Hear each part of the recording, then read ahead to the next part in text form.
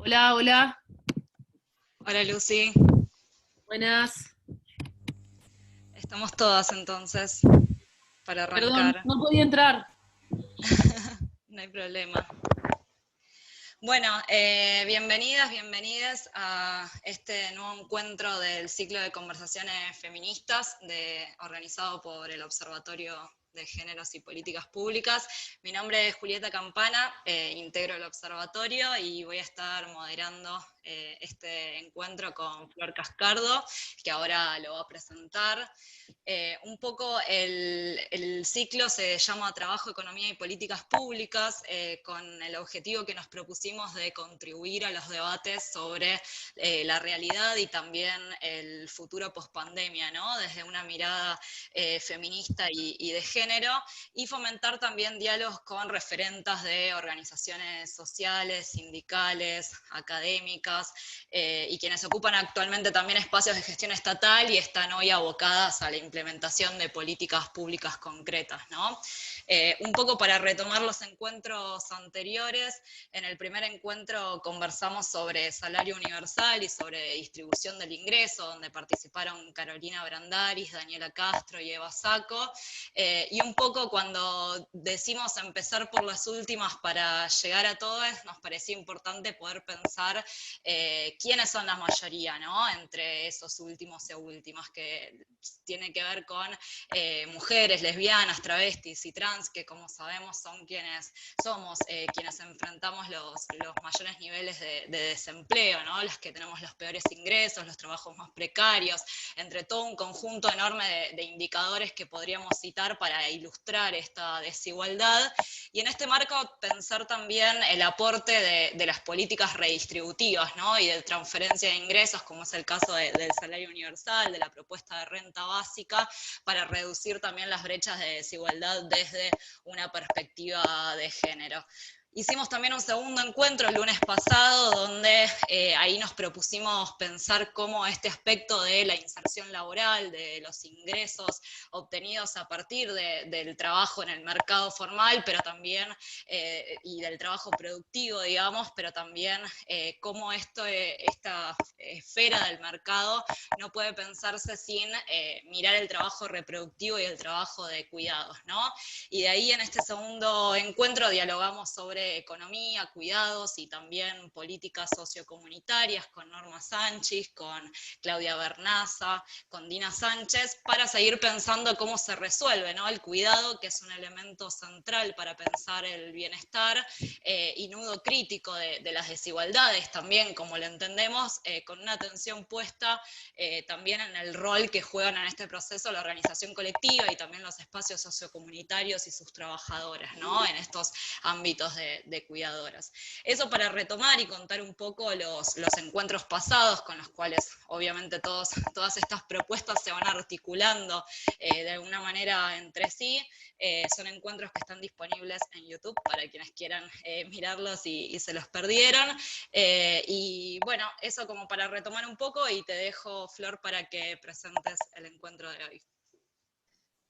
Bueno, gracias Juli, gracias a las invitadas y gracias a todos por participar.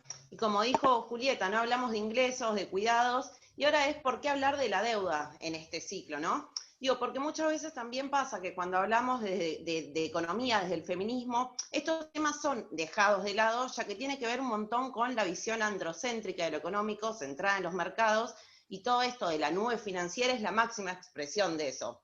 Digo, ¿no? Al plantear el conflicto capital-vida, la sostenibilidad, nos centramos justamente en los aspectos invisibilizados, como son el cuidado, por ejemplo.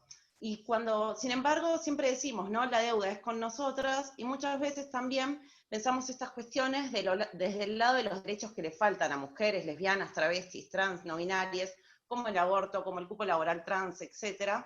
Sin embargo, nos parece interesante también pensar qué implica hablar de la deuda en términos económicos, en términos financieros. Y nos parece importante pensar estas cuestiones por diferentes motivos, ¿no? Por un lado, pensando en términos económicos, la deuda funciona como un condicionante macro, y eso tiene un impacto concreto a la hora de pensar las políticas públicas. Entonces nos parece interesante, ¿no? Pensar cómo se gestó, de dónde viene esa deuda, cómo, cuándo se paga, ¿qué implica? ¿No? Entendiendo justamente esto, que la deuda condiciona las posibilidades redistributivas del Estado, y como charlamos en los anteriores encuentros, el impacto siempre es mayor en las mujeres lesbianas, travestis, trans, no binarias, quienes, como dijo Julia, enfrentamos los peores indicadores. ¿No? Un ejemplo de esto tiene que ver, por ejemplo, con los últimos datos que salieron de la EPH, donde los sectores de menores ingresos, la mayoría son mujeres cis, y dentro de este 10% de menores ingresos, la mayoría de los ingresos vienen de fuentes de transferencias del Estado, como la IFE, la UH, etc. Entonces, pensar las políticas redistributivas y entender el condicionante que implica la deuda tiene un impacto desde una perspectiva feminista. Por otro lado, también nos parece interesante pensarlo desde el lado de las instituciones del sistema financiero. Y ahí surgen varias cuestiones, ¿no? Pensar cómo es la experiencia de las trabajadoras del sector en relación a este tema de la deuda es con nosotras, pensar el rol que pueden tener también estas instituciones en ampliación de derechos, ejemplo de ello es el cupo laboral trans, por ejemplo, y también pensar estrategias como la inclusión financiera para mujeres y sectores populares que posibiliten justamente pensar en una autonomía económica desde estos espacios, ¿no? Cómo se puede acompañar a ello. Y por último, también nos interesa pensar en los impactos concretos en lo cotidiano de todas estas cuestiones, ¿no? Que se amplifican en los sectores populares y dentro de ellos en mujeres y diversidades, y que se vincula también con todo esto del cuidado, ¿no? Digo, cuando hablamos del cuidado, que las mujeres son las principales sostenedoras de sus hogares, son ellas también quienes se endeudan para comprar alimentos, para sostener la vida de sus familias, y se endeudan muchas veces a través de mecanismos financieros que son súper usureros. Y la deuda justamente funciona como un condicionante a nivel personal de la vida, como un mecanismo disciplinador. Entonces nos parece interesante pensar y poner en diálogo todas estas cuestiones, y para ello contamos con 3 panelistas de lujo, que son Delfina Rossi, que es directora del Banco Ciudad, economista y referenta de Buenos Aires 3D, Analía Ratner, secretaria general de la Asociación Bancaria de la Seccional Rosario, y Lucy Caballero, investigadora de la UBA, militante feminista y coautora de una lectura feminista de la deuda. Así que hecha esta presentación, le damos la palabra a Delfina. Ahí Delfina va a compartir una presentación. Antes de que arranque, les avisamos que pueden ir mandando preguntas o aportes por el chat, así al final también podemos retomarlo. Adelante, Delfi. Aguárdenme un segundo que tengo 2 versiones y espero compartir la versión actualizada del PowerPoint. Bien. Bueno, ¿están pudiendo ver la presentación? Y acá. ¿Sí?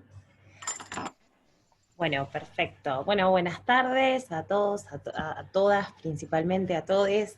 Gracias por esta invitación, la verdad que es un desafío enorme. Espérenme que también voy a silenciar esto del WhatsApp web que nos mata. Es un desafío enorme poder hablar de una visión feminista del sistema financiero en una Argentina cuyos días, cuyas semanas están marcadas por los ataques a nuestro tipo de cambio y estas medidas sobre las restricciones cambiarias que tenemos y la macro, ¿no? La verdad es que como entiendo que Lucía va a abordar este tema, me voy a restringir un poco más al apartado de instituciones financieras y voy a hablar un poquito más de qué pasa con la brecha hacia dentro de las instituciones financieras, y en todo caso, si da lugar, ya podremos compartir alguna reflexión sobre la macro y la necesidad de que nosotras, las mujeres, los colectivos disidentes, el colectivo LGBTIQ+, empecemos a tener mayor y mejor voz en toda la discusión sobre la macroeconomía, que a pesar de los esfuerzos que vemos, seguimos siendo muy pocas, ¿no? Las que hablamos sobre esos temas en los medios de comunicación también. Pero déjenme compartirles esta presentación con ustedes sobre esto que les decía, ¿no? La verdad que yo quiero desarrollar más o menos 3 ideas. La idea base de que el sistema financiero en nuestro país también refleja el patriarcado y la desigualdad. La segunda idea es que la inclusión financiera es central para la independencia económica de las mujeres y de las disidencias, entendiendo que este es un elemento fundamental para la construcción de nuestra igualdad. Y luego de que cuando hablamos, o cuando intento hablar de inclusión financiera, podemos incorporar inclusión barra educación barra alfabetización financiera, me estoy refiriendo a dos procesos, ¿no? Uno es la de acompañar a las mujeres que llevan adelante emprendimientos o que son líderes de empresas a romper con el techo de cristal y a crecer en sus proyectos.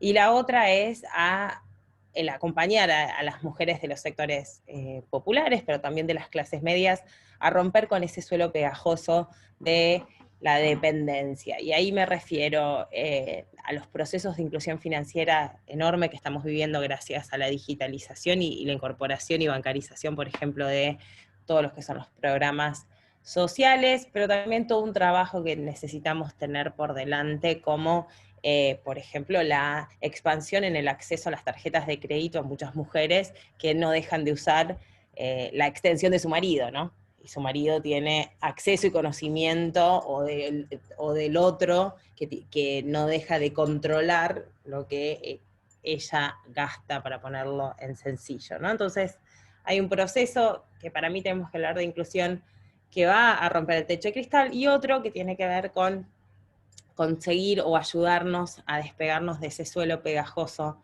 en el cual nos deja el patriarcado por definición, ¿no? Bien, breve la presentación va a ser esto, sobre brechas de género en general, la brecha financiera en micro y pequeñas empresas, para que se hagan una idea, y algunas políticas. Les voy a contar un poquito lo que se está haciendo, lo que estamos haciendo, y luego algunas reflexiones sobre lo que tenemos que hacer, ¿no? Esto supongo que ya lo vieron en las charlas anteriores, solo para recordar entonces, lo de la brecha ocupacional. Estos son datos viejos, son del tercer trimestre del 2019, los que les estoy mostrando, solamente para que vean la brecha entre tasa de actividad, casi 49,2% mujeres, 70 varones. Desocupación, tenemos acá 2 puntos más mujeres de varones. Si eso lo llevamos a hoy, periodo post pandemia, ¿sí? Saben que niveles de desocupación estábamos hablando del 13-15%, de las mujeres estamos hablando del 20%. Si mantenemos la población económicamente activa, nos vamos a niveles más cercanos, de niveles de población económicamente activa pre-pandemia, es decir, de marzo, y consideramos la pérdida de puestos de trabajo, estamos hablando de niveles de desocupación de un 30%, ¿sí? Es la verdad que los efectos que tiene en el mapa ocupacional la pandemia son muy graves, y sabemos que esa desocupación afecta principalmente a las mujeres jóvenes. Mujeres jóvenes que hoy mismo en las encuestas del INDEC pueden estar no declarándose como que están buscando activamente empleo por ser madres, por ser estudiantes, por tener otra condición, pero que sin embargo sabemos que es un sector muy vulnerable, y que nos marcan ya estas diferencias. Insisto, les estoy mostrando una encuesta del 2019 con una crisis económica que estábamos viviendo, no con la pandemia arriba, pero que ya sabemos que tenemos estas grandes desigualdades en el mercado ocupacional. Y esto es un número que sacó el INDEC en marzo, en conmemoración al mes de la mujer, hizo una publicación especial. También tenemos, no solo estamos menos ocupadas, sino que cuando miramos los cargos jerárquicos, tenemos muchos menos que los hombres, ¿no? Los hombres tienen 8,5% de los hombres, 8,5 ocupan puestos jerárquicos, de todas las mujeres, 4,7 ocupamos puestos jerárquicos, ¿no? Me incluyo como un mérito también de nuestro movimiento y nuestro espacio político, de designar mujeres a ocupar lugares en directorios de empresas, cosa que no es habitual. Digo, para que sepan, el directorio del Banco Ciudad está conformado por 6 personas, y yo soy la única mujer, ¿no? Esto, ¿cuál es la consecuencia de esta subrepresentación en la masa laboral activa, en los trabajadores ocupados y en los trabajadores ocupados formales, en que tenemos menos presencia en los cargos jerárquicos. Bueno, la consecuencia es algo que conocen muy bien y que un poco nombraron, que es la feminización de la pobreza, ¿no? Si uno ve el decil de ingresos más pobre, ¿sí?, el 66% son mujeres, y somos más mujeres en los primeros 5 deciles de ingresos, ¿sí? Y se invierte totalmente la relación cuando ve los ingresos más altos, en donde el 64% son hombres, ¿no? Esta desigualdad de ingresos, de posición económica, por supuesto se refleja en este sistema financiero patriarcal, que les decía que era la primera premisa que íbamos a abordar. De alguna manera, el sistema financiero, y insisto, ahora les voy a contar algunas iniciativas que estamos teniendo, pero hasta ahora, y como uno lo conoce, es reproductor de desigualdades. ¿Por qué? Porque además la renta financiera lo que te permite es que si vos tenés suficiente renta y sabés jugar, entre comillas, podés apalancarte y ganar más plata sobre la misma plata, sin necesidad de producir, ¿sí? Entonces, es un generador de desigualdades, centrifuga más las desigualdades si uno no lo corrige y lo articula para que tenga otro fin, ¿sí? De allí la importancia de poder tener una mirada feminista sobre el mismo, para que el sistema financiero nos sirva de herramienta para revisar esta estructura y no consolidarla. Que insisto, no siempre es el caso, pero que una intenta de que sí lo sea. Acá les quiero compartir algunos datos de cuál es la situación de las MIPES, de las micro y pequeñas y medianas empresas de la Argentina. Esto es un estudio reciente que publicó el BID sobre género y acceso al financiamiento del empresariado en Argentina, por estos 2 profesores de ITELA, pero que tienen la verdad que datos actualizados muy interesantes, y exponen de que los factores por los cuales las mujeres tienen esta brecha también en el acceso al sistema financiero son institucionales, ¿sí? Vamos a ver que dicen que se sienten discriminadas un poco por las instituciones financieras, por los bancos. Hay factores económicos y hay factores psicológicos y sociales, ¿no? Hay un poco de esto de la confianza, el confiar en mi proyecto, lo notamos también hablando con empresarias o con organizaciones del tercer sector que trabajan con empresarias, sobre todo emprendedoras mujeres, que te dicen, bueno, en algún punto sopeso si mi emprendimiento es lo fundamental o lo esencial sigue siendo la familia, ¿no? Entonces, la división sexual del trabajo se plasma en decisiones concretas de empresa. Se plasma directamente sobre si decidís tomar un riesgo mayor o si decidís dedicarles más horas a tu emprendimiento o no, porque en realidad seguís negociando con vos misma sobre qué pasa con tu otro rol que nunca nos terminamos sacarlo de encima, como bien decían, que es el rol de ser cuidadora, ¿no? Bien, entonces, ¿cuál es la situación o qué es lo que sabemos, no? Esto, que las mujeres las mujeres empresarias, en su mayoría, poseen microempresas, empresas muy chiquitas, ¿no?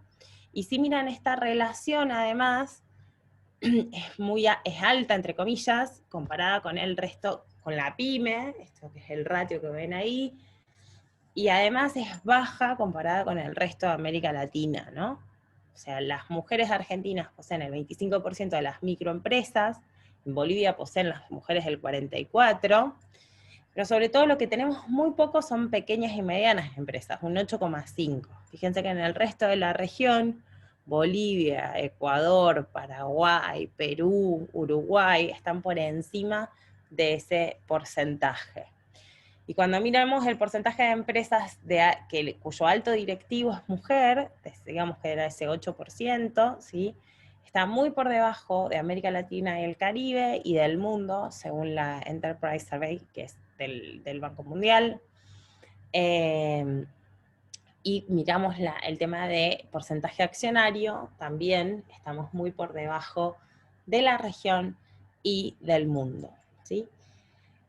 Dicho esto, las empresas argentinas, y dada la poca profundidad de nuestro sistema financiero, tienen en general, las pequeñas y medianas empresas, dificultades en el acceso al financiamiento, pero vemos que si esas empresas además están lideradas por mujeres, tienen más dificultades aún.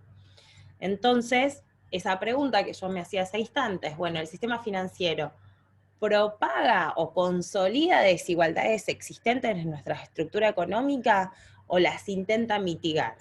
Bueno, hasta ahora lo que vemos es que las consolida, y allí la importancia de tener un sistema financiero regulado, ¿sí?, activo, que intente justamente mitigar esas desigualdades, ¿no?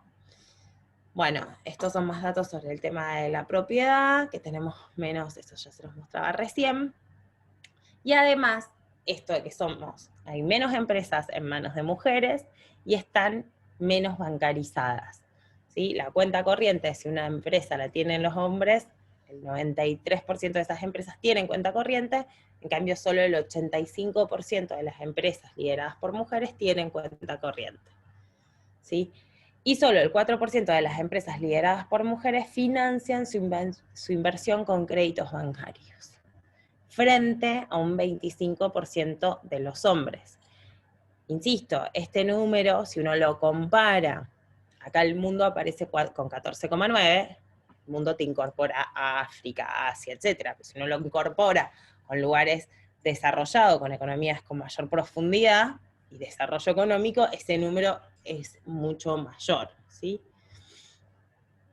Entonces, ¿por qué? Empezamos a preguntarnos por qué las mujeres no acceden más a crédito. Y en esto es importante, hablaban recién de deuda y de la macro, ¿no? Y acá es importante lo de la alfabetización financiera, porque a veces el acceso, por ejemplo, yo me he encontrado mucho en esta pandemia, difundiendo los créditos subsidiados por parte del Estado a tasa del 24%, ¿no? Y muchas empresas te dicen, no, yo tengo la plata, no lo necesito. Y no, pero a ver, si vos estás teniendo capacidad de acceso a un crédito con tasa subsidiada y con el resto podés invertir o guardarlo o ponerlo en un plazo fijo o ver cómo haces, en realidad le vas ganando a la inflación y vas haciendo decisiones más inteligentes del uso de recursos, ¿sí? A veces el acceso al crédito no es necesariamente porque estés en cero en tu cuenta, sino para gestionar el flujo. Porque de hecho los bancos no financiamos emprendimientos o empresas quebradas, sino que financiamos falta de liquidez. Entonces, utilizar herramientas financieras que el gobierno pone a disposición, en realidad permite tener un mejor manejo de la liquidez. Y ahí faltan muchas estrategias, porque se da el juego de la desconfianza, porque ¿por qué voy a tomar el crédito? Porque ¿para qué? Igual que el crédito a tasa cero, por ejemplo, del monotributista. Bueno, si le dan crédito a tasa cero, le ganaste a toda la inflación futura, es súper rentable. Entonces, poder tomarlo significa poder hacer una decisión inteligente en cuanto al uso de las finanzas de la empresa. No necesariamente sobreendeudarse, sino entender el mecanismo y tener una buena proyección o perspectivas de la macroeconomía, que no es fácil en nuestro país, insisto, ¿no? ¿Qué es lo que encontramos entonces cuando estos investigadores le preguntan a las mujeres, ¿no? Esto es una elaboración propia con una encuesta propia que hacen ellos, y le preguntan sobre, por ejemplo, el nivel de conocimiento de finanzas, si es elevado. Los hombres, el 52% responde que sí, que tienen un nivel elevado de finanzas. En cambio, la mayoría de las mujeres dice que su nivel de conocimiento es neutral, y muchas dicen que no están de acuerdo en que tienen un nivel elevado de finanzas, ¿no? Allá vemos la típica situación de infravalorarnos que tenemos nosotras, ¿no? Y por otro lado, herramientas como las SGR, la Sociedad de Garantías Recíprocas, tan importante a la hora de conseguir financiamiento, sobre todo para nuevos emprendimientos, que permite mitigar el riesgo para el banco y que la empresa sea acompañada por esta SGR. Bueno, el 50% de las empresas lideradas por mujeres dicen que no las conocen. Las ONs o los Warren tampoco son conocidos. El concepto de capital trabajo, un concepto tan básico, tampoco es conocido, mientras que los hombres sí. Bueno, hay un nivel de desconocimiento, hasta no en la población en general, sino en las mujeres que son emprendedoras, líderes de sus empresas, también hay una falta de conocimiento de herramientas financieras importantes, o al menos tienen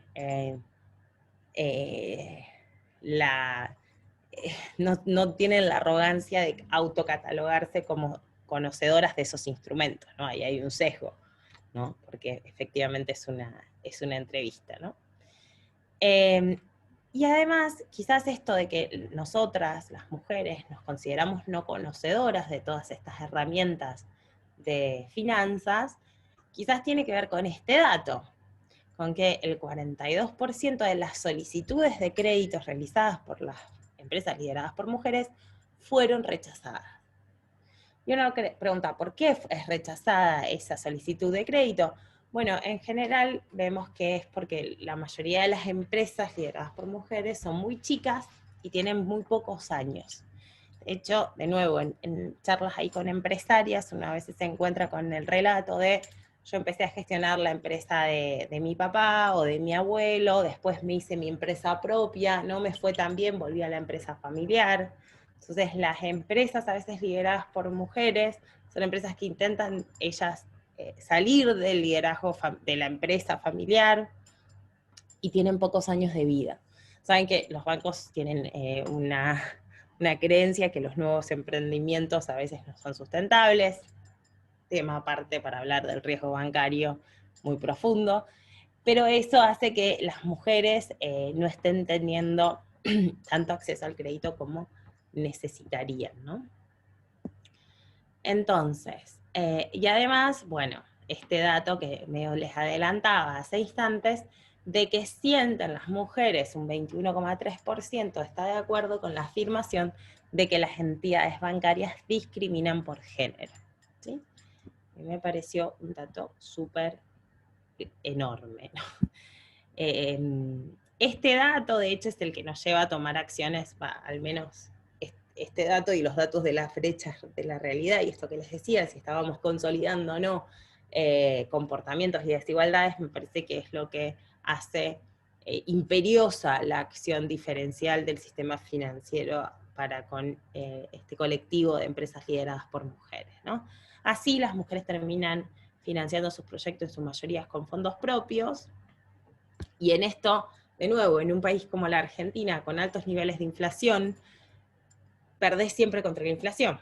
Vos te estás financiando con fondos propios, no estás generando un esquema de flujo que te permita ser sustentable y previsible según lo que pase en el país, ¿no? En cambio, los hombres tienen un mayor acceso a bancos estatales y bancos comerciales, ¿no?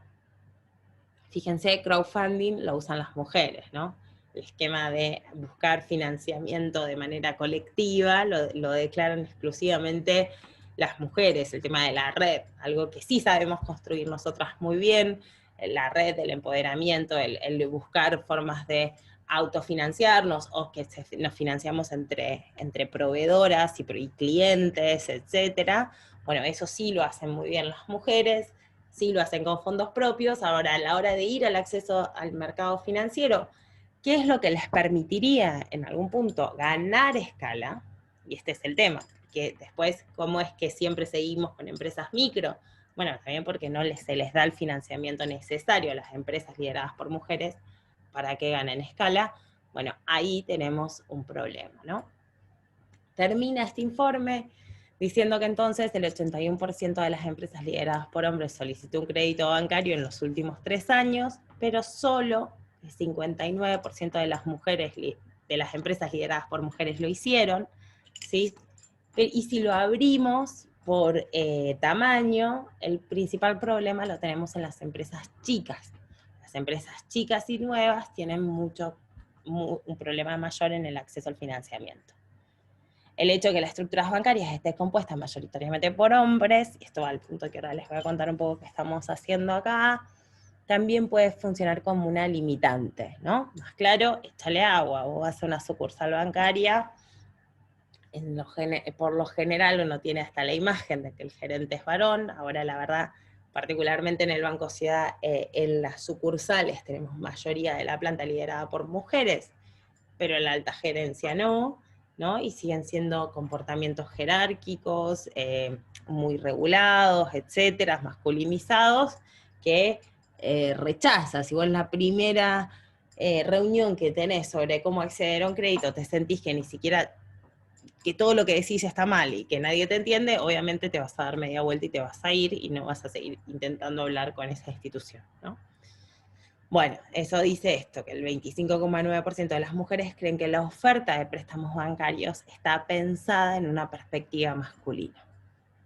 Frente a esa realidad es que estamos intentando actuar, hacer algo para cambiar estos comportamientos y empezar a tener un sistema financiero que mitigue las desigualdades de brechas de género en la distribución del ingreso, en las capacidades ocupacionales, etc. ¿Qué es lo que vimos en este año, en este famoso año de pandemia, pero que a pesar de ello vimos grandes avances sobre cómo el sistema financiero se ha dado vuelta 180 grados para apostar por la producción y el empleo, dando créditos subsidiados, teniendo una política diferencial hacia la producción y el empleo muy distinta a la que tuvo en los últimos 4 años, entre el 2015 y el 2019, y vemos también un componente del regulador, principalmente del Banco Central, mirando al sistema diciendo, bueno, hay que regular también los temas de género, ¿no? Y así vemos la creación de comités y gerencias de género, tanto en el Banco Central como en la mayoría de los bancos públicos. Estos comités y gerencias, estoy hablando de que el Banco Nación, el Banco Provincia, nosotros acá tenemos un comité, insisto, el Banco Central tiene una gerencia de género, hay bancas privadas que también la tienen. Estos comités y gerencias tienen como la misión en un primer lugar de revisar muchos de los comportamientos internos, esto que decíamos, que si las estructuras están masculinizadas y reproducen el patriarcado, es muy difícil que piensen las estructuras de los propios bancos cómo asistir a las mujeres empresarias y cómo incluirlas también en ese proceso de despegarlas del suelo pegajoso. Entonces, tenemos un gran trabajo desde ese lugar. Ahí les cuento brevemente, ¿no? Trabajamos desde el Comité de Género, por ejemplo, del Banco Ciudad, en el tema del protocolo contra las violencias, en el tema de licencias, estamos viendo un tema de mentoreo y de acompañamiento, de ver de cómo ayudamos a que los nuevos concursos que se abran ayuden un poco a romper ese techo de cristal también. Vemos cómo el Banco Nación incorporó el 1% trans, de cupo trans para sus trabajadores y trabajadoras. Todo un proceso, la verdad, interno muy acompañado por el trabajo histórico que viene haciendo la bancaria y las comisiones gremiales internas con demandas que venían siendo acumuladas, ¿no? Y que quizás se concentraron un poco este año, pero que estaban también emergiendo por parte de la propia organización de los bancos, ¿no? Ley Micaela, bueno, varios componentes, y que también este proceso de ir rompiendo el techo de cristal hacia adentro de los bancos, de ir teniendo más mujeres en lugares decisorios importantes, nos permite pensar estos nuevos productos con perspectiva de género. Ahí nosotros desde el Banco Ciudad tenemos un producto estrella que se llama Mujer Emprendedora, ahora le estamos bajando la tasa a un 20%, sirve para, sobre todo esto, mujeres que tienen pequeños emprendimientos, les damos financiamiento hasta 400.000 pesos a una tasa muy baja, pero también con un acompañamiento en términos de capacidades a partir de nuestro instituto, PYME. El Banco Nación también sacó una línea especial para pymes lideradas por mujeres. Creo que el Galicia y el Santander también tienen productos específicos. Esta idea de poder ir viendo. Guarda, ¿no? De nuevo, siempre nos pasa a las mujeres y sobre todo a las feministas cuando avanzamos en algunas conquistas, ¿no? Avanzamos con la profesionalización del fútbol y nos viene Nike, Adidas y se apropian de toda nuestra lucha. Bueno, acá pasa un poco lo mismo también, ¿no? No dejan de ser lógicas capitalistas que uno tiene que ir sopesando qué es lo que sucede, ¿no? Pero ahí hay una parte interesante, sobre todo para el acompañamiento de estas emprendedoras, estas mujeres empresarias. Luego también podemos hablar de que el Estado Nacional lanzó el Consejo de Coordinación de Políticas de Inclusión Financiera, en donde un eje central es el tema de la inclusión con perspectiva de género, y ahí tenemos todo un trabajo por adelante para hacer con todas las mujeres que se han incorporado al sistema de programas sociales, y muchas que venían incorporadas gracias, por ejemplo, al programa de la UH, pero que nadie se sentó a explicarle a esas mujeres que pueden hacer un plazo fijo, que si son trabajadoras de casas particulares le pueden transferir y hacer un plazo fijo, y que con ese plazo fijo le ganan mucho más a la inflación y tienen mucho menos riesgo que ponerlo en una rueda, ¿no? En un círculo en el barrio, que es la forma en que la mayoría de las mujeres se financian en los barrios o pidiéndole al usurero del barrio, o que si te pedís un procrear es una tasa muchísimo más baja, es un 24% a 20 meses, no sé a cuántos meses son, que en realidad eso te permite no tomar otro tipo de deuda, o que no tomen, falta mucha educación financiera, ejemplo, en Mercado Libre te ofrecen Mercado Crédito y ni siquiera te dicen la tasa de interés que te están cobrando. Y es súper accesible, pero nadie te dice cuánto te están cobrando. Y la verdad que tenemos un Estado que fomenta la hora 6, la hora 12, la hora 18, y necesitamos que nuestra población empiece a usar más y mejor todas estas herramientas. Yo creo que la pandemia nos dejó un saldo positivo, que es esta mayor bancarización, pero que sin alfabetización, que sin educación, es un arma de doble filo. Lo vimos con los coleros virtuales, lo vimos cómo se aprovechaban mucho pidiendo un DNI para, aprovecharse de la gente y exponiéndola a causas de lavado muchas veces. Tenemos que también dar herramientas de protección, y para una clase quizás trabajadora, media, que puede ahorrar un poco más, también necesitamos dar mucha educación financiera sobre cómo ganarle a la inflación y no necesariamente irnos al dólar, sobre todo cuando hay menos posibilidades de hacerlo por razones obvias de nuestra macroeconomía, pero que hay necesidad de cuidar el ingreso, de cuidar el ahorro, ¿no? Yo creo que, insisto, tenemos un sistema que a veces reproduce estas desigualdades estructurales. Creo que estamos avanzando de manera conjunta con todo el sistema financiero en mitigar estos comportamientos. Hay mucho por delante, es sin lugar a duda un trabajo que se tiene que llevar adelante con los trabajadores y trabajadoras de los bancos para poder cambiarlo definitivamente, pero también acá las organizaciones sociales, las organizaciones libres del pueblo que acompañen los procesos de inclusión y de financiarización para que se hagan de manera genuina y que no sea un sobreendeudamiento de las clases populares de manera indiscriminada, va a ser fundamental en la etapa que se viene. Así que nada, esto quería compartir con ustedes, lo dejo acá para no robar más tiempo y les agradezco desde ya. Bueno, muchísimas gracias, Delfina. Muy interesante y muy increíble también pensar cómo desde el feminismo, ¿no? Se pueden dar también las batallas en esos lugares que son el corazón del patriarcado capitalista, en definitiva, ¿no? Y entonces, una cosita antes de pasar, antes de Analía, en función de lo que contaba Delfina de estos indicadores, en un ratito, apenas termine la charla, vamos a sacar también un informe del observatorio analizando justamente estos últimos datos de la EPH desde una perspectiva feminista, viendo también el impacto diferencial que tienen todas las cuestiones en las mujeres cis, y remarco mujeres cis justamente por lo binario de lo que es nuestro sistema estadístico, ¿no? Que mide mujeres y varones, y la importancia también de empezar a pensar, a cuestionarnos, a exigir una mirada que contemple la diversidad sexogenérica, pues sabemos que, hay sectores muchísimo más postergados y que justamente son los que quedan por fuera de esta mirada.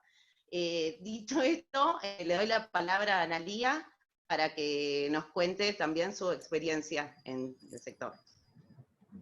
Bueno, buenas tardes a todas, a todos, a todes. Me presento, mi nombre es Analía, aparte de ser mujer, mamá, compañera de vida, hija, también soy sindicalista. En este momento estoy a cargo de la Secretaría General de la Asociación Bancaria de la Seccional Rosario. Es la primera vez que una mujer encabeza una lista y gana las elecciones en la seccional, pero no es la primera vez que tenemos una secretaria general mujer. Me antecedió una compañera también del municipal, mi compañera Angie. Tuvimos secretaria general adjunta alterna, que también la vi hace un ratito por acá presente, una compañera que ha venido marcando el rumbo de género en nuestra seccional, la compañera Chili.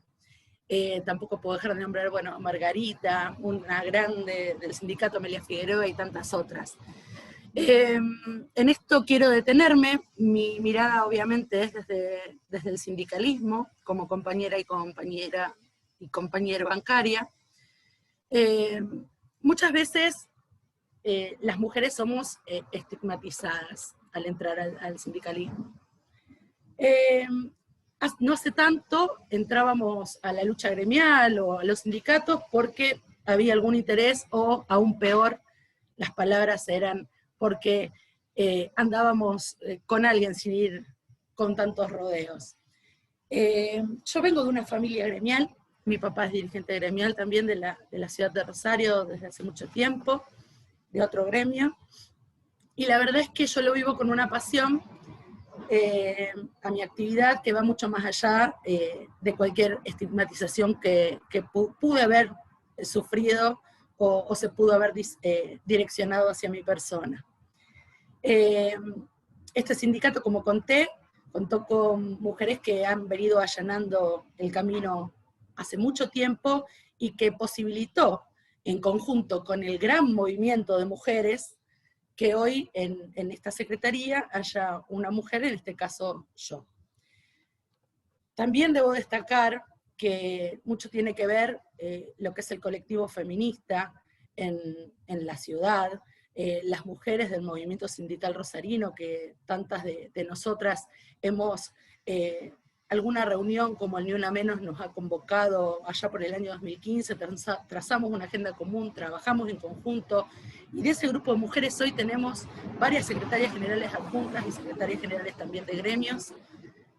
Creemos que, como decía recién Delfina, desde el ámbito económico, esto de tejer redes y de trabajar en conjunto tiene mucho que ver con que hoy podamos contar con políticas públicas apuntadas a los distintos sectores que han sido postergados por la sociedad, no solamente las mujeres, sino también las disidencias.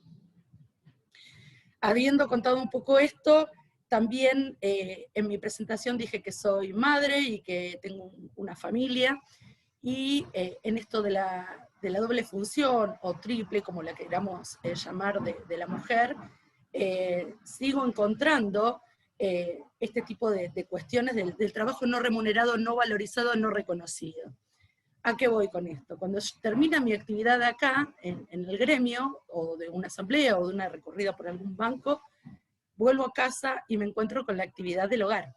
La actividad del hogar, que uno lo puede desempeñar con todo el amor del mundo, porque obviamente que uno ama, por lo menos yo amo a mi familia, amo a mis hijos, e intento estar permanentemente en contactos con ellos, me encuentro con que mi jornada, o sea, mis horas de trabajo, no terminan nunca, salvo cuando se termina el día y por ahí uno va a descansar. Si bien soy afortunada porque cuento con una persona como compañero de vida que se está construyendo permanentemente y va, obviamente, teniendo en cuenta cómo son las situaciones, por ejemplo, en este contexto de pandemia, quien se tuvo que quedar al cuidado de los chicos, quizás por la responsabilidad asumida en mi persona en la dirección del gremio, fue mi marido. Mi marido se quedó al cuidado de los chicos y yo seguía trabajando. Pero no es lo que se ve en la generalidad.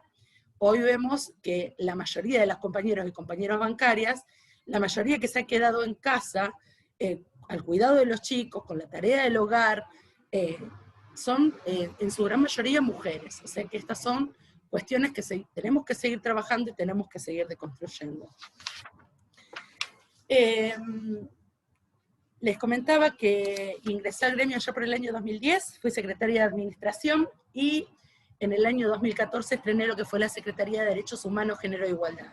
Como ustedes saben, nuestro sindicato tomó una decisión política muy importante allá por el 2013, modificó su estatuto y creó la Secretaría de Derechos Humanos, Género e Igualdad. No es menor lo que estoy diciendo, porque a partir de esa instancia, si bien fue una decisión política de quien es hoy nuestro secretario general nacional, el compañero Sergio Palazzo, no fue solo una decisión y la creación de un espacio, sino que fue una decisión política y dar continuidad e impulso y la importancia que merecía esta secretaría.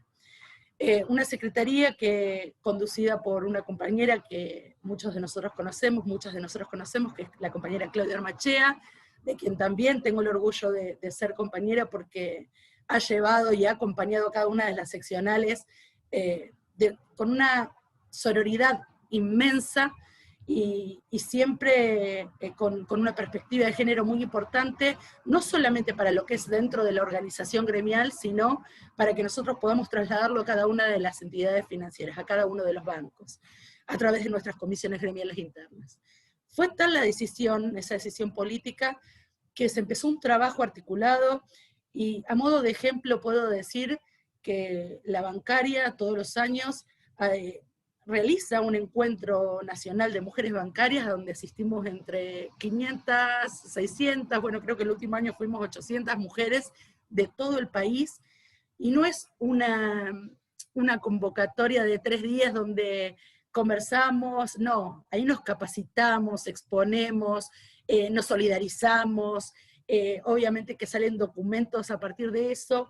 ¿Y por qué lo traigo a colación de mi presentación? Porque fue esa secretaría, la que en el año 2014, que pude estrenar en esta seccional, la que me permitió abrir la cabeza de otra manera. Ahí me di cuenta que tenía, o daba por naturalizado, ciertas cuestiones de esta cultura patriarcal que baja y es permanente, no solamente dentro del ámbito sindical, quizás cuando en una reunión una tiraba una idea y al rato le decía un nombre y decían, ah, sí, lo que dijo Pepito, no, y no importaba si hace una hora atrás lo había dicho yo o cualquier otra compañera, no tenía la misma validez y la misma importancia lo que dijera un hombre y una mujer. Imagínense en el cargo de una secretaría general, donde sos la cabeza de esa organización, por lo menos de la seccional, y muchas veces te toca tomar decisiones, y hay muchos compañeros, y también compañeras, y digo en esto también la deuda es trabajar sobre la sororidad, y la deconstrucción de esa cultura patriarcal. Digo, cuando la decisión la toma una mujer tiene que demostrar. Como mujer tenemos que demostrar todo el tiempo que estamos capacitadas, que somos aptas, y a colación de esto, también sos señalada, porque si estás muchas horas acá, estás abandonando a la familia, abandonás a tu hijo, y si te vas 3 días a un congreso para capacitarte, para estar con otras compañeras, dejaste abandonado 3 días a tu hijo. Miren, a mí me gusta hablar mucho desde lo personal, porque creo que son los ejemplos más claros que uno puede visibilizar. Yo tengo un hijo, mi hijo menor tiene 7 años, Martín tiene síndrome de Down, y tiene muchas actividades por su síndrome que en los momentos en que no podía deconstruirme, que les contaba antes, sentí una culpa terrible de viajar 3 días a un encuentro de mujeres y no ocuparme de las terapias de mi hijo que me necesitaba. Hasta que, bueno, pudimos entender, tanto el padre como yo, de que lo que hacía yo lo podía hacer el padre, y que era tan importante también estar en esa actividad, porque a lo mejor, con un simple, como me ha pasado en varios encuentros, con un simple comentario de alguna solución que habíamos buscado, habíamos ayudado a otra compañera de otro lugar. Y nos habíamos solidarizado, y nos habíamos hermanado, y la verdad que era fundamental asistir y capacitarse. Después de la Secretaría de Derechos Humanos, en la que estuve desde el año 2014 al 2018, en el año 2018 fui candidata a secretaria general, y hasta el día de la fecha estamos en la conducción de la seccional.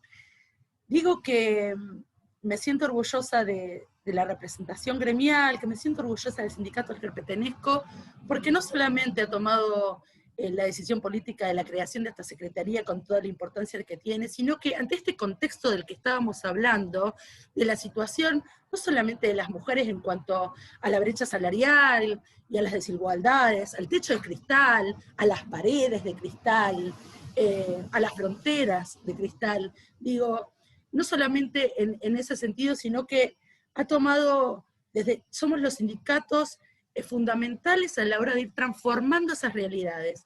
¿Por qué digo esto? Porque lo veo en hechos. ¿Cuándo lo veo en hechos? Cuando hace una semana se firmó un protocolo, el primer banco en el mundo que firma un protocolo cupo trans, como lo fue el Banco Nación con la Asociación Bancaria, y la verdad es que nos llena de orgullo porque entendemos que es un colectivo totalmente postergado en la sociedad, que ni siquiera se tiene en cuenta, como decíamos recién, o como decía Delfina recién, o Cami, o Julieta, digo, ni siquiera para las estadísticas es tenido en cuenta, lo que nos parece totalmente aberrante. Desde el sindicato también se ha impulsado la firma de los protocolos por violencia de género, no menor. Sabemos que somos las mujeres y las disidencias quienes más sufrimos violencia de género, que los bancos tengan un protocolo firmado, con una asistencia integral, con los días de licencia. Miren, en algún periodo de esta historia que nos toca atravesar, hemos tenido que salir mujeres con carpeta psiquiátrica o con certificado psiquiátrico porque estábamos atravesando una situación de violencia de género. No es justo, porque eso queda en un legajo. Lo justo es que realmente tengamos una licencia para poder hacer las denuncias correspondientes, en el caso de que te tengas que mudar, que te puedas mudar, o sea, tratar de alguna manera de acompañar a esa mujer o a esa disidencia víctima de violencia de género desde la parte gremial y obviamente implementado a través del banco. Hoy, casualmente, me llegó un informe desde el Centro de Economía Pública Política Argentina, el CEPA, y es Economía con Perspectiva de Género, la brecha salarial a la patrimonial. En ese informe, creo que alguna de ustedes lo debe haber visto, pero a grandes rasgos hace algún tipo de análisis sobre el pago de este impuesto que es bienes personales. Y a grandes rasgos, porque no da como para que lo comente todo, pero hay algo que me llamó mucho la atención y es que soy muy mala con los números, así que me voy a guiar con... a grandes rasgos tenemos sobre un 100% del personal que alcanza este impuesto de bienes personales en la Argentina, el 66% corresponde a varones, mientras que el 34% evidencia a las mujeres, ¿no? Esto evidencia una distribución asimétrica de lo que perciben en ganancias un hombre o una mujer. Obviamente que este informe también está hecho sobre varones y mujeres. Esto arroja un resultado y hace una síntesis con un disparador importante, que es que la feminización de la pobreza tiene como contrapartida la masculinización de la riqueza. En una sociedad que el 10% de la población con más ingresos sean un 62% de varones, y que el 10% con menor ingreso sea mayoritariamente mujeres con un 69%, habla a las claras de cómo se distribuye los ingresos y el patrimonio de entre varones y mujeres, en este caso registrados y en actividad. A esto me lleva a la conclusión de que como sindicatos somos actores fundamentales, no solamente por las políticas que se pueden ir implementando a partir de un acuerdo paritario, a partir de un convenio entre el banco, el sindicato y la jefatura de gabinete, como fue lo del cupo trans. Digo, somos actores fundamentales, en principio porque trabajamos en redes, como bien señalaba que era necesario hacerlo Delfina, y después porque de alguna manera en lo que es el ámbito de la trabajadora y el trabajador bancario, todavía falta mucho por hacer. Se ha conseguido muchísimo, eso debemos decirlo, y todo se debe al empuje y al movimiento de las mujeres. Nosotros sostenemos de que nadie nos ha regalado nada, que lo hemos ganado, y que lo hemos ganado colectivamente. Creo que tiene mucho que ver. Que hoy Analía Ratner sea secretaria general de la Asociación Bancaria Seccional Rosario tiene mucho también que ver con todo ese movimiento de mujeres que hizo que nos empoderáramos, que hizo que estuviéramos una al lado de la otra, por decirlo de algún modo. Con un ejemplo claro. En Rosario, como para que se den una idea, la CGT no está regularizada. Nosotros está dividido en lo que es el movimiento obrero. Todavía no hemos podido fijar qué es lo que tendríamos que hacer, un objetivo común, los puntos de coincidencia, e ir por eso y quizás dejar otro tipo de individualidades o cuestiones personales. Ahora, desde el grupo de mujeres, abriéndose, ya digo, en principio mujeres del movimiento sindical rosarino, del cual formó parte, después como mujeres sindicalistas, digo, fuimos abriendo nosotros el camino a su unidad, al punto de que hemos celebrado ya la primera reunión con los dos sectores. Digo, eso lo logró el movimiento de mujeres. Qué importante es cuando las mujeres trabajamos en conjunto y con un mismo objetivo. Con respecto, como para ir cerrando a esto de que nos falta y cuál es la deuda, digo, tenemos muchos varones en cargos jerárquicos. Hemos roto bastante, en algunos casos, ese techo de cristal, pero falta bastante también. Lo que es Rosario, puedo decir que en este momento contamos con una gerenta general mujer de un banco y es público. Que en este momento tenemos un directorio integrado por mujeres en muy pocos casos. Digo, esto que decía Delfina, de que son cuatro directores, ¿no? 6. Y una sola mujer, 6. Y una sola mujer se ve reflejado en la mayoría, pero en otra tanta mayoría ni siquiera hay una mujer. Y son las cuestiones por las que tenemos que seguir luchando. Yo creo que desde nuestra perspectiva podemos darle otra mirada y otro enfoque, y justamente seguir trabajando para impulsar esas políticas públicas que tanto necesitamos, y que tanto necesitan otros que ni siquiera pueden tener la garantía de tener quizás un sindicato fuerte, un sindicato que represente, y que pueda consagrar derechos que al fin y al cabo es nuestra función. Creo que esto lo vamos a lograr como siempre, unidas, sororas y organizadas. Desde ya, muchas gracias por la invitación y espero no haberme extendido demasiado.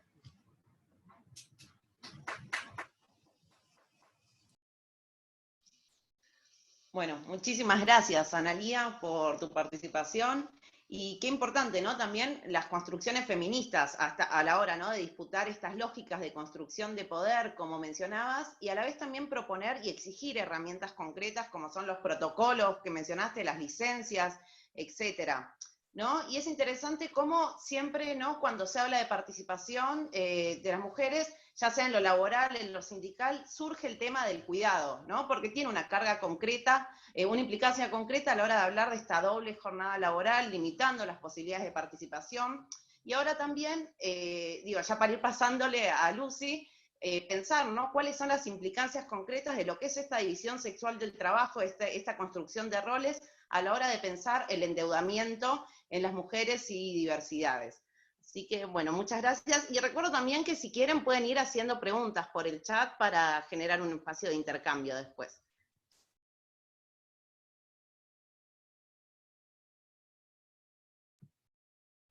Hola, ¿ahí? Perfecto, sí. ¿Voy? No, porque apareció una pantalla, no sé. Sí, alguien está compartiendo pantalla. Alguien está compartiendo pantalla, yo no sé. Sí, es Margarita, una compañera de Rosario. Marga. Bueno, mientras comparta esto no pasa nada.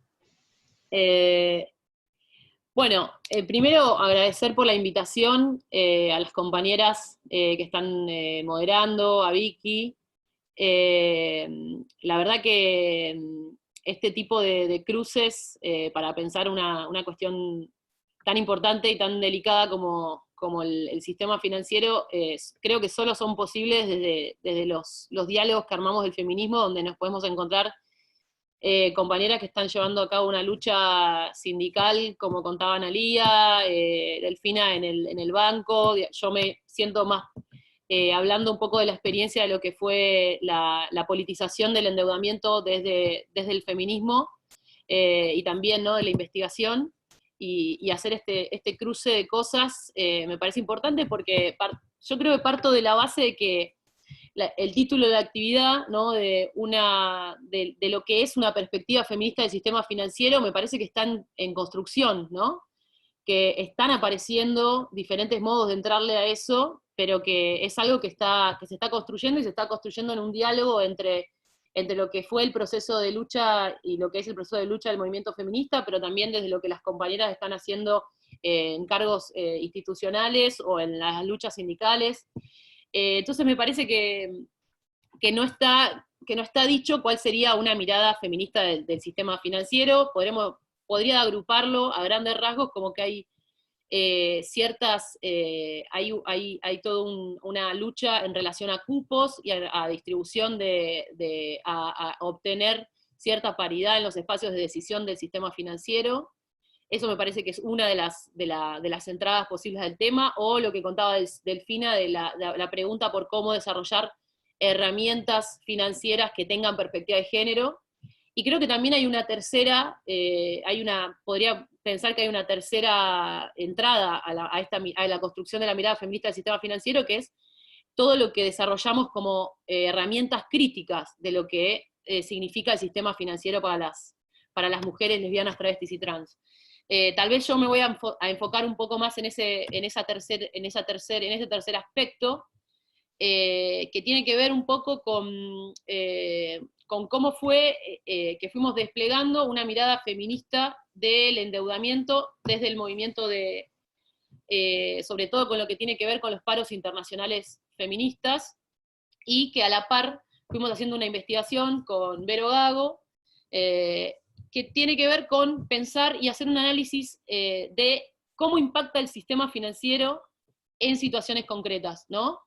En vidas y en territorios concretos, porque nosotras fuimos haciendo una investigación donde empezamos a ver de qué manera se endeudaban las mujeres en diferentes territorios, ¿no? Lo hicimos, por ejemplo, estudiándolo en mujeres con trabajos informales, mujeres migrantes, lo hicimos con mujeres rurales, lo hicimos con mujeres jóvenes de barrios populares, lo hicimos con trabajadoras sindicalizadas, es decir, tratamos de ver el impacto concreto del endeudamiento en diferentes realidades. Entonces podríamos decir que una de las primeras, como digamos, puntos metodológicos para pensar una perspectiva feminista del sistema financiero es que es el estudio del impacto en una situación concreta, en un territorio concreto, en una vida concreta de ese endeudamiento, ¿no? Salir un poco de esa idea abstracta de que es lo mismo de que es lo mismo que cualquiera se endeude, ¿no? De una idea de un sujeto endeudado universal,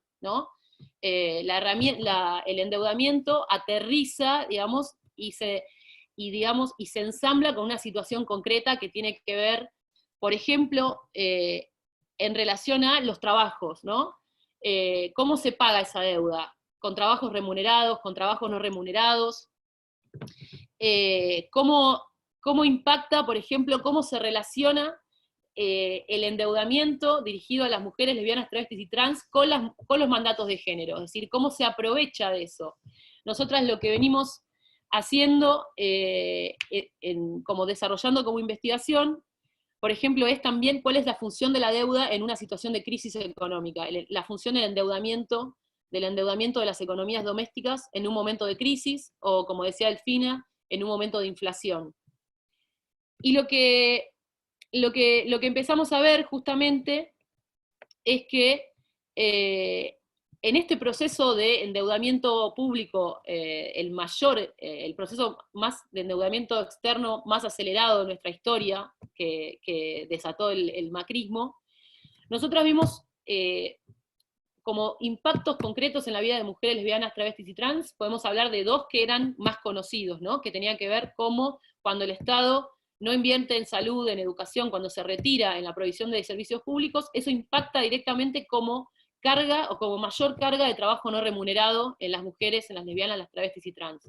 Eso como primer impacto conocido. El segundo tiene que ver con los condicionamientos de ese endeudamiento externo, y ahí vemos, por ejemplo, a Macri dando de baja las moratorias previsionales para amas de casa, ¿no? Que fueron una herramienta muy importante para que las mujeres que tienen trayectorias laborales donde los aportes, ya sea el Estado, el patrón, digamos, no se realizan, esas jubilaciones son muy importantes para que aquellas mujeres tengan un ingreso en sus vejeces, ¿no? Y como eso fue una de las primeras cosas que hizo el macrismo al firmar el acuerdo con el FMI, atacar las moratorias previsionales de las mujeres.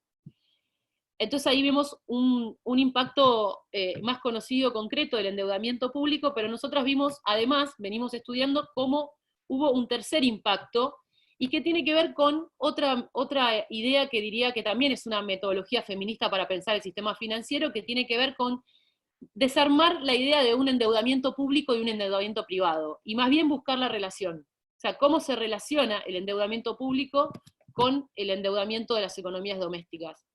Ese fue el estudio concreto que hicimos en relación a los años del macrismo, pero obviamente que se prolonga, ¿no?, los efectos de ese ajuste, de esa caída de los ingresos, de que los subsidios pasaron a ser casi meras garantías para endeudarse. No sé, estábamos hablando de que la asignación universal por hijo tuvo una caída impactante, y que empezó a ser una mera garantía para endeudarse, ¿no? Entonces ahí lo que contaba la compañera cuando empezábamos la charla, que decía, bueno, en los últimos años del macrismo, lo que hay es un endeudamiento de las mujeres, dirigido especialmente a las mujeres, que empiezan a endeudarse para vivir, para comprar medicamentos, para comprar alimentos, aprovechando, decimos nosotras, esos mandatos de género de que las mujeres hacen malabares en la economía doméstica para sostener esas economías. Entonces eso, ¿cómo fue aprovechado ese malabar que hacen las mujeres en las situaciones de crisis para endeudarlas? Entonces, nos parece que pensar esos impactos, entonces, diría, para ir como resumiendo como una mirada feminista del sistema financiero, en primer lugar, como decía antes, tratar de pensar el endeudamiento en relación a los trabajos. Y cuando hablamos de trabajos, estamos hablando de trabajos remunerados y trabajos no remunerados, ¿no? ¿Cómo se relaciona la deuda? ¿Cómo se paga esa deuda? Esa deuda se paga intensificando los trabajos no remunerados, se paga aceptando condiciones de trabajo más precarias. Eso es muy importante. En relación también a quienes se endeudan, eso es algo también muy importante. ¿Quiénes son las personas que se endeudan? ¿Cuál es el costo de ese endeudamiento? Si sos mujer, si sos una mujer de un barrio popular, si sos una mujer de clase media, ¿no? Eso es algo muy importante, y es algo que también nosotras investigamos, cómo las tasas de interés de las mujeres, que pagan las mujeres de los sectores populares, son muchísimo más altas. Y eso impacta justamente en lo cotidiano de una manera diferencial, inclusive relacionado con situaciones con fijación a situaciones de violencia. Y tomando algo que decía Analía, ¿no?, de esa estadística de que las mujeres no somos las propietarias, ¿no? Y bueno, mucho más si estamos hablando de lesbianas, travestis y trans, y también de maricas, que generalmente no somos herederos y herederas, pensar que podemos pensar esa relación de no propiedad, pero sí de titularidad de deuda, ¿no? Somos las menos propietarias, pero a la vez las más titulares de deuda. Y ahí hay una relación, ¿no?, de en qué situaciones nos endeudamos. Nos endeudamos cuando no hay servicios públicos, cuando los ingresos están pulverizados por la inflación. Creo que son cosas que no hay que dejar de problematizarlas. Y entonces ahí vamos a lo que decía un poco Delfina, ¿no?, cómo pensar una inclusión financiera, y creo que hay algo de que también tenemos que desarrollar, sobre todo desde las compañeras que estamos pensándolo esto desde el feminismo, pensar que el endeudamiento, digamos, el endeudamiento acelerado de las mujeres, las lesbianas y travestis de los últimos años, también se presentó como inclusión financiera al principio. Entonces creo que tenemos que tener una mirada puesta crítica sobre a qué circuitos financieros estamos incluyendo a esas mujeres lesbianas, travestis y trans, ¿no? Con qué las estamos incluyendo en un contexto en el cual el Estado está haciendo esfuerzos para asegurar servicios públicos, las estamos incluyendo en un momento en el que se están, por ejemplo, aumentando las transferencias, las transferencias de dinero, las transferencias monetarias le están ganando a la inflación, porque si no eso corre el riesgo de que inmediatamente se transforme en deuda, ¿no? En más endeudamiento. Me parece entonces que, por otro lado, hay una genealogía, ¿no?, de cómo se llegó a politizar la deuda desde la perspectiva del movimiento feminista, que es importante reponerla. Creo que hay algo en cómo apareció la deuda en la agenda del movimiento feminista, que es muy particular y que nos llevó a desplegar todas estas perspectivas que hoy estamos poniendo en discusión. Primero, que tiene que ver con cómo se fue enhebrando un cuestionamiento del endeudamiento en los años macristas en relación al proceso de organización de la huelga, ¿no? Apareció muy claro cómo la deuda era otra de las maneras, de las formas en que se explota diferencialmente y que tienen un impacto diferencial en mujeres lesbianas, travestis y trans, y fuimos armando todo un vocabulario propio para enfrentar a la deuda, que fue desde la consigna Vivas, Libres y Desendeudadas, que puso en relación el endeudamiento con la restricción de nuestras autonomías, el endeudamiento a costos altísimos, en un contexto de inflación, en un contexto de ajuste. Dijimos, cuando estamos endeudadas, no podemos decir no cuando queremos decir no. Cuando estamos endeudadas a tasas altísimas, estamos más vulnerables a quedar fijas en situaciones de violencia en hogares violentos, porque tenemos que pagar la deuda o porque tenemos que agarrar cualquier trabajo para pagar esa deuda. Cuando dijimos vivas, libres y desendeudadas, también lo que hicimos es también cambiar una narrativa de cómo se estaba pensando la resistencia contra la deuda y ponerla más en relación a lo que era al impacto de ese endeudamiento que se pretende como un problema de expertos, un problema entre técnicos, algo abstracto, lo pusimos en relación a cuáles eran los impactos concretos en la vida cotidiana.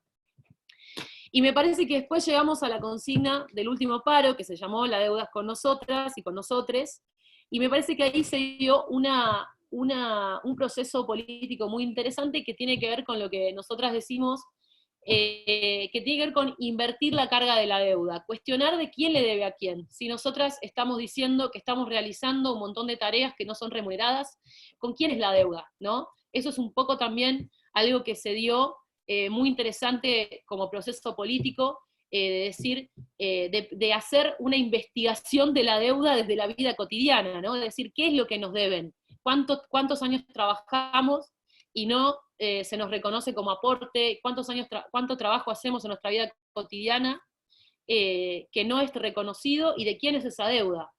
Entonces me parece importante marcar las formas en que el movimiento feminista fue politizando el problema del endeudamiento, haciendo esta conexión entre endeudamiento externo, endeudamiento doméstico. Y hoy en la pandemia aparece renovada esta discusión, ¿no? Me parece que es importante lo que decía Delfina, cómo la discusión de quién está bancarizado y no marcó un parteaguas en la posibilidad de acceder al subsidio, pero a la vez aparece también en la pandemia nuevas deudas, ¿no? Hay una crisis habitacional muy profunda, que está directamente relacionada con el endeudamiento por alquileres, ¿no? Nosotros hicimos una investigación en pandemia, cómo las nuevas deudas que aparecieron en la pandemia están relacionadas, son deudas por servicios públicos y deudas por alquileres. Entonces, ahí vemos también otra escena también para pensar, ¿no? Cómo atravesar una cuarentena, o cómo pensar una idea de inmovilidad que a la vez genera deuda, ¿no? Estamos en nuestras casas, pero estar en nuestras casas nos podrá proteger de un virus, pero a la vez puede significar salir más endeudadas. Entonces me parece que eso también es algo a pensar, si no tendría que haber una intervención del Estado en alguna política de desendeudamiento con respecto a servicios públicos y alquileres. Aunque también el Estado se ocupó, ¿no?, en este momento no se está pagando la deuda que tienen las mujeres con ANSES, eso está suspendido, por lo menos creo que hasta el mes de enero, pero a la vez aparecen otras deudas. Nosotras también hicimos una investigación en la Villa 31 de cómo la deuda parecía ligada a la conectividad. O sea, había mujeres que se estaban endeudando para poder comprar datos y de esa manera poder acceder a la educación pública mediada por dispositivos electrónicos. Y eso ahí también aparece otra discusión, ¿no? Cuando hablamos de inclusión, de inclusión financiera, bueno, como decía antes, ¿en qué circuitos financieros vamos a incluirnos, ¿no? Porque pasó también que ese esfuerzo gigante que hizo el Estado por dar un ingreso familiar, el IFE, en la pandemia, en muchos casos, esa masa de dinero terminó en pagando otras deudas o yendo a las arcas de multinacionales de la telecomunicación o en supermercados. Entonces, creo que exige pensar cuál es ese circuito de la deuda, qué se hace con esos subsidios, a dónde van, y me parece que es importante ponerlo en relación con los servicios públicos y con si los ingresos no le están ganando o no le están ganando a la inflación, porque si no corremos el riesgo de que incluir más mujeres en esos circuitos financieros se transforme después en nuevas deudas. Entonces me parece importante volver sobre que esto también es una metodología que se puede usar desde el movimiento feminista, pero también por lo que mostraba los gráficos Delfina, por lo que contaba Analía, es algo que ya se realiza también en las instituciones, ¿no? Pensar que el endeudamiento se aterriza en cuerpos y en vidas concretas, ¿no? ¿Quiénes se endeudan y a qué tasas se endeudan? Y sobre todo, ¿por qué se endeudan? Eso me parece que tiene que ser una perspectiva que tenemos que tener como metodología para pensar una mirada feminista del sistema financiero, tener esa visión sobre por qué se endeudan y quiénes se endeudan y a qué costo. Y también pensarlo en relación, por ejemplo, qué significa estar endeudada cuando, por ejemplo, estás pagando la deuda con trabajos que no son remunerados. Eso en la vida cotidiana se transforma en malestar, en vivir para pagar deudas, en problemas de salud, en problemas familiares. Entonces creo que hay que pensar el endeudamiento encarnado en situaciones concretas, en territorios concretos. El estudio que nosotros estuvimos haciendo, por ejemplo, con mujeres rurales, lo que mostró es que muchas veces la deuda aparecía en esas economías ligadas a la compra del paquete de agrotóxicos, ¿no? Las mujeres endeudadas para poder comprar el paquete de agrotóxicos y que muchas veces venía ligado, ¿no? El paquete de agrotóxicos viene con una oferta de endeudamiento. Entonces también es importante, ¿no?, pensar con qué tipo de economía y con qué tipo de modelo productivo ensamblamos la oferta financiera. Creo que voy a dejar por acá para abrir una para que se abra la segunda ronda de preguntas, y bueno, la seguimos. Bueno, muchas gracias, Lucía, muy buena la intervención y tu aporte.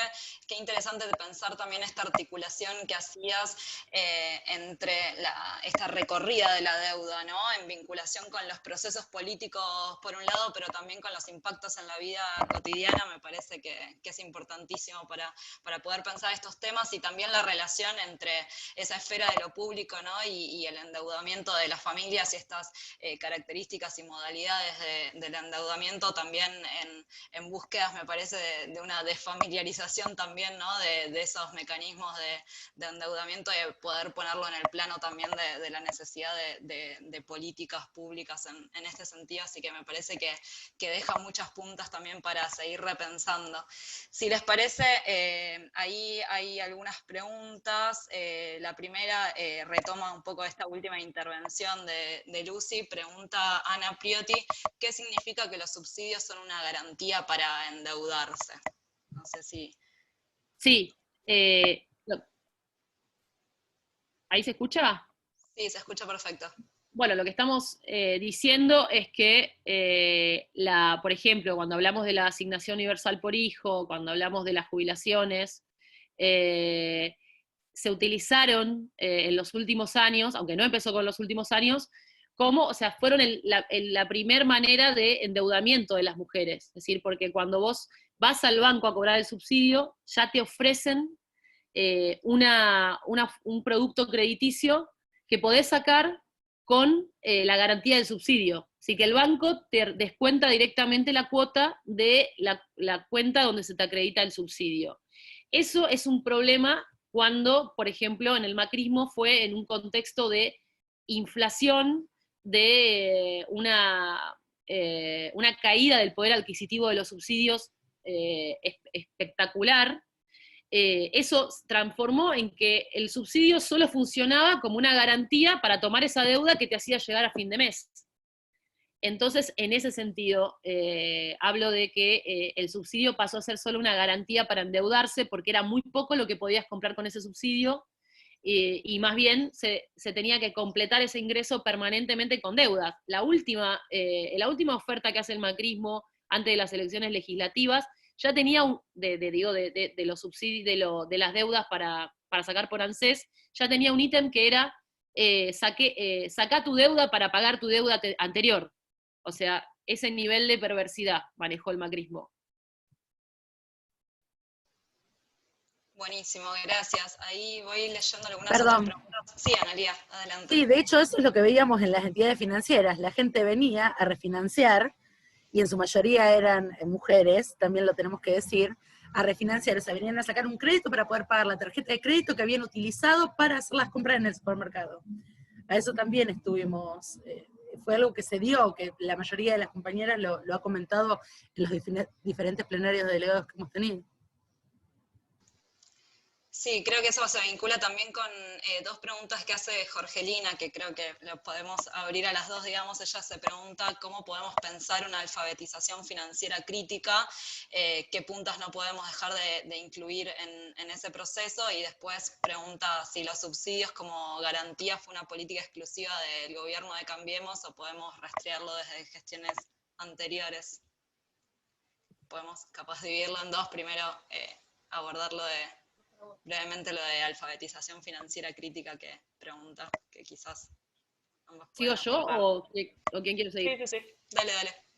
Sí, a ver, lo que me parece que está un poco en discusión también, digo, es cómo hacer digamos, si el Estado se va a tomar la iniciativa de hacer pedagogía en relación al sistema financiero, pensar cómo esa pedagogía tiene que tener cierta reflexión crítica, en tanto, digamos, es importantísimo que la gente pueda entender entre tasas de interés, poder hacer una mejor elección entre productos crediticios, o utilizar el cajero, o utilizar un producto, una billetera virtual, me parece muy importante. Pero a la vez necesitamos también que el Estado haga una reflexión crítica del sistema financiero, porque justamente venimos de un proceso de endeudamiento acelerado, atroz, que tenemos que pagar por generaciones. Entonces sería interesante también que esa alfabetización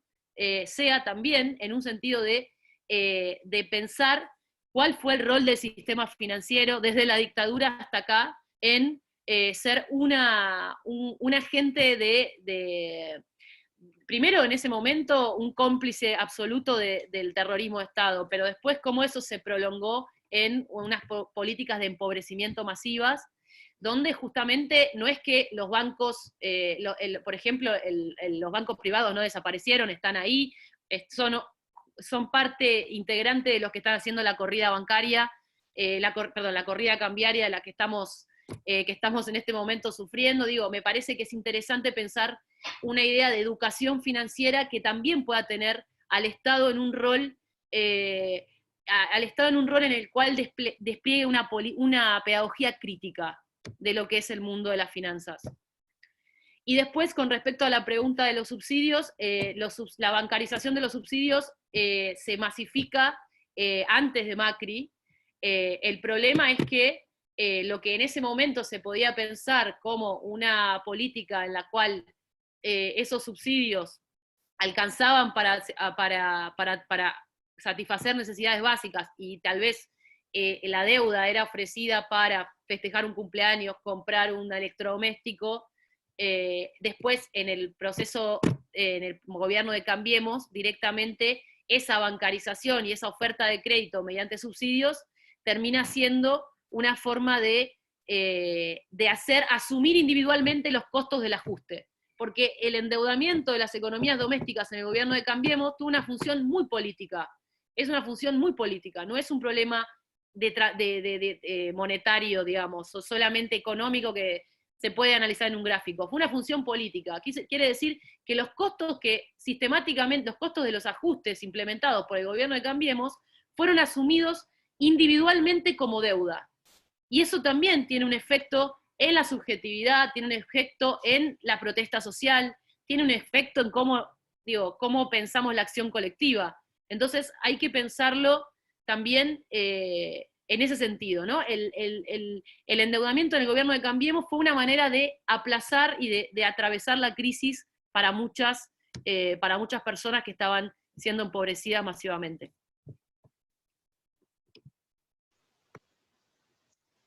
Muchas gracias. No sé, Analía, si querés agregar algo sobre esto, si no vamos a ir cerrando. No, coincido y estaba leyendo lo que había puesto Graciela en el chat, y es que sigue vigente la ley de entidades financieras impuesta por la dictadura, y que sería, cuán importante sería una ley de entidades financieras de la democracia, ¿no? Y en realidad un sistema financiero como servicio público, un sistema financiero al servicio de la sociedad y de la población. Sin ir más lejos, esta situación la vivenciamos con la apertura en pandemia de los bancos el pasado 3 de abril, cuando veíamos, o vemos y seguimos viendo en distintas circunstancias, que los bancos, más que brindar un servicio, en muchos casos lo único que siguen buscando en realidad es buscar su propia ganancia, sin importar la respuesta que deba dársele a una sociedad que así lo amerita. Sí, ahí en el chat hay bastantes compañeras haciendo aportes, ¿no? También desde la experiencia y desde las distintas trayectorias que son muy interesantes para poder seguir pensando estos temas. Vamos a ir cerrando por una cuestión de tiempo, pero nos quedamos con ganas de seguir para rato. Queremos agradecerles primero, sí.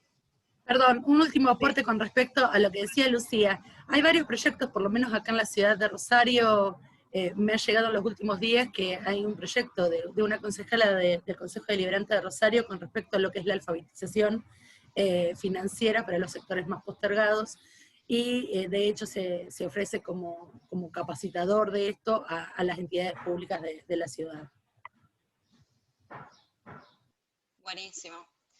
Después, si quieren compartir también algún material, Delfina nos dejó el PPT, pero también si quieren mandar algunos proyectos, etcétera, para que podamos compartir, bienvenidos. Queríamos agradecerles también a Analía, a Lucía, a Delfina, que se tuvo que ir un ratito antes a una reunión, pero la verdad es que un encuentro muy interesante, un poco creo que salieron muchos aportes importantes para caracterizar la realidad, la coyuntura y esta desde una mirada crítica, feminista, pero también muchas propuestas, ¿no? Que dan cuenta de un movimiento feminista también que acompaña esta perspectiva de análisis crítico de la realidad, y que una cosa no camina sin la otra. Así que en ese sentido creo que incluso en aportes para pensar los distintos espacios, ¿no? El Estado, los sindicatos, los bancos, pero también los territorios en los que esos procesos políticos, pero también reivindicativos del movimiento se van dando, y que por suerte muchas cosas también, según fueron contando, empiezan a quedar plasmados, ¿no? En políticas de los distintos espacios, y también en políticas públicas concretas con desafíos enormes hacia adelante que creo que también tenemos que poder seguir pensando, y es también un orgullo que las podamos pensar las compañeras, ¿no? Y que podamos ocupar esos espacios tan importantes. Así que agradecerles por este encuentro, quería pasar el chivo del próximo encuentro, que ya es el último, el cuarto, es el lunes que viene, que es feriado además, así que quizás varias tienen un poco más de disponibilidad. También a las 16 horas nos van a acompañar Estela Díaz, que es ministra de Mujeres, Políticas de Género y Diversidad Sexual de la provincia de Buenos Aires, Mercedes Alessandro, doctora en Economía, directora de Economía, Igualdad y Género del Ministerio de Economía, y Natalia Saracho, también trabajadora de la economía popular y referenta del Frente Patria Grande. La idea es pensar el presupuesto con perspectiva de género hacia una paridad económica, se llama el encuentro, así que ahí también probablemente podamos retomar algunos temas que salieron en la conversación de hoy. Por mi parte, no sé, Flor, si querés agregar algo más. No, muchas gracias a todos por participar, y ahí en el chat pasé las redes también del observatorio para que puedan seguir enterándose de las actividades e iniciativas e informes que vamos sacando. Así que las esperamos el próximo lunes a la misma hora en el mismo canal. Muchas gracias.